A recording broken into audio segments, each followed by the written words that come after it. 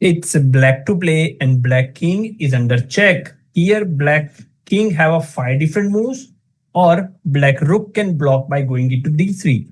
So out of the 6 different move, what do you think? What is the best move for the black? The only asset black have is pawn on d2 because if black is able to promote its pawn by moving it to the d1, then only black can win from here. But this is actually a winning position from the black. Let's examine one by one every single move. If you think king to d1 is a good move, then it's immediately blunder because queen goes to the b1 and it's a checkmate. If you think king can go to the c1 is a good move, then it is a not because white can move its queen to the c5 check, and now doesn't matter where king goes, black rook is gone and pawn is still under attack. So there is no chance black can promote its pawn. Even white can sacrifice its queen for the pawn because white do have a pawn majority on the board and a4 pawn is really unstoppable.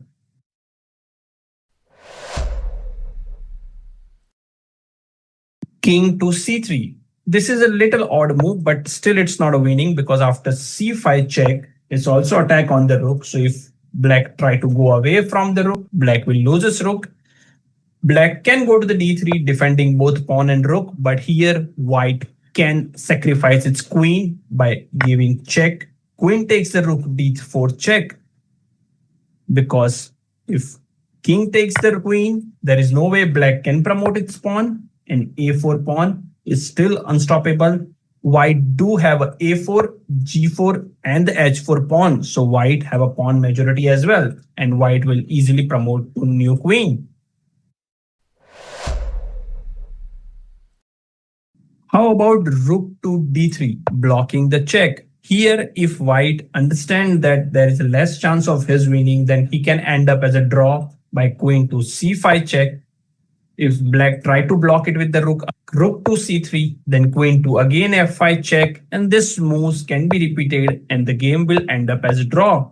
But after queen to c5 check, if king goes to the d1, it is a blunder because queen can go to the b4. Queen to b1 is threatening the checkmate. So again, black have a no chance to promote because the king is in front of the pawn. So after c5 check, if king goes to the b1, then b5 check. If king goes to either b1, b2 or the b3, again a double attack by simply queen to b5 check. King have to come to the c2 square and again queen to c4 check, still attacking on the rook. If you think rook can go to the c3 square and try to block the check once again, the answer is no because still queen can give the check from the a2. King can go to the d3, again d5 check, again king to c2 because that's the only move. And now white can simply shift his king to the e2, defending on the e1 square. If rook now gives check from the e3, black can promote, but white can sacrifice its queen for the queen because still white have a pawn majority on the board. How about king to b3? Queen can give the check from the b1, and now if black try to take the pawn on a4, queen to a1 check and black rook is gone.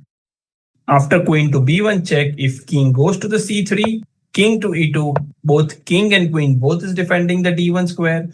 Maybe now rook, do you think rook can take the pawn? The answer is no because here white can take on the h7.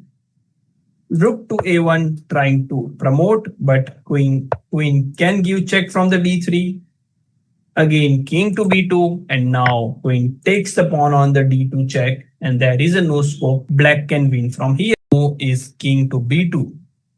Of course, there is a b5 check is coming, but here the stunning move is king to a1. Going away from all the check, there is no effective check that white can do. White, of course, try to push his king closer to the pawn. Still, black can promote with the queen and give the check. So now black is rook up in the game and not an easy win for white from here. Subscribe to our channel for more informative video related to chess.